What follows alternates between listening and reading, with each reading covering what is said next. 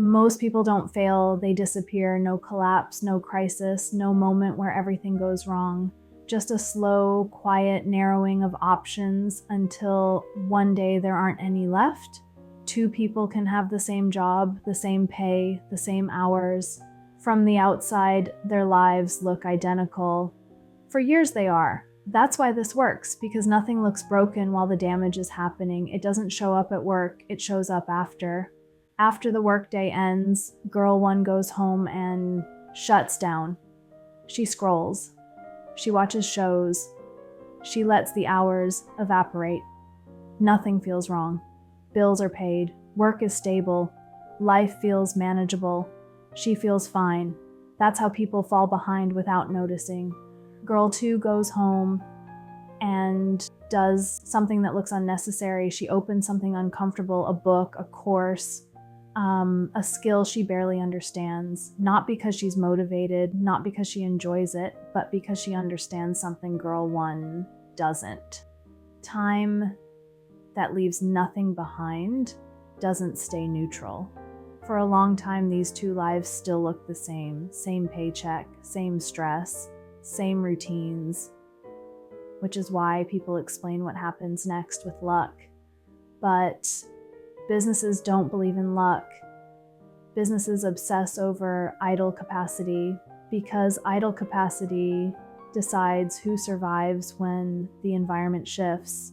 When two teams start with the same resources and end up in different places, it's rarely effort. It's what happened to the capacity that wasn't required to stay alive. And that's what's happening here. Girl one has idle capacity. Her job covers her bills. Her schedule is predictable. Her evenings aren't demanded by necessity.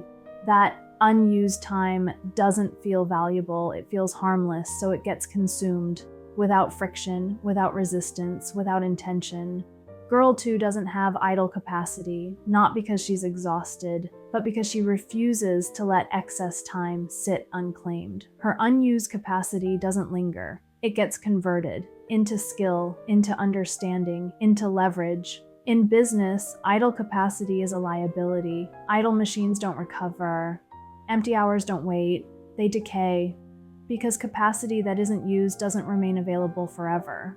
Girl one's capacity erodes quietly. Nothing breaks, nothing alarms her, nothing forces action. Comfort locks everything in place. But nothing accumulates, no leverage, no optionality, no future flexibility being built. She still feels fine. That's the danger. Girl two's capacity compounds. She understands systems earlier. She becomes harder to replace.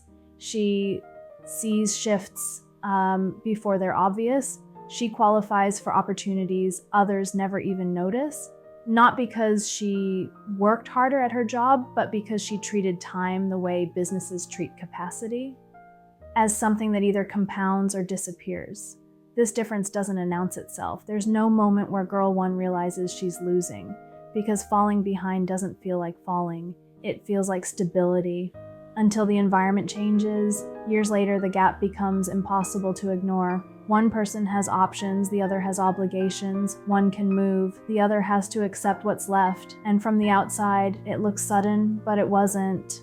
It was decided quietly by what happened to unused capacity while life felt fine.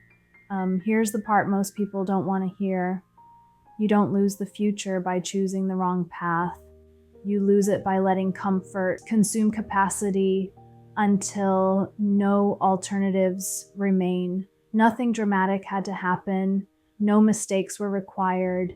Just enough comfort for long enough to quietly close the door